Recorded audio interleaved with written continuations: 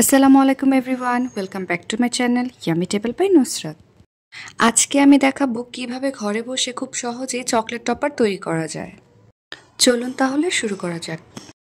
চুলায় আমি একটি প্যানের মধ্যে ফুটন্ত গরম পানি করে নিয়েছি। সেই পানির উপরে আমি একটি স্টিলের বাটির মধ্যে হোয়াইট চকলেট নিয়ে নিয়েছি 100 গ্রাম।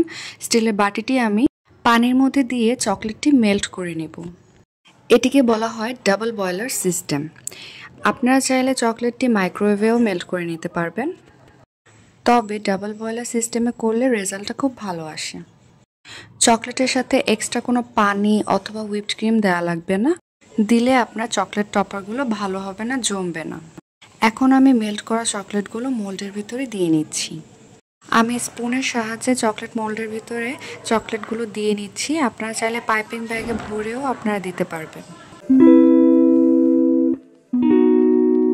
এখন একটু ট্যাপ করে নেব যাতে করে ভালোভাবে স্প্রেড হয়ে যায়। এখন আমি ডিপ ফ্রিজের মধ্যে 5 মিনিট রেখে দিব। 5 মিনিট পর ফিরে আসছি।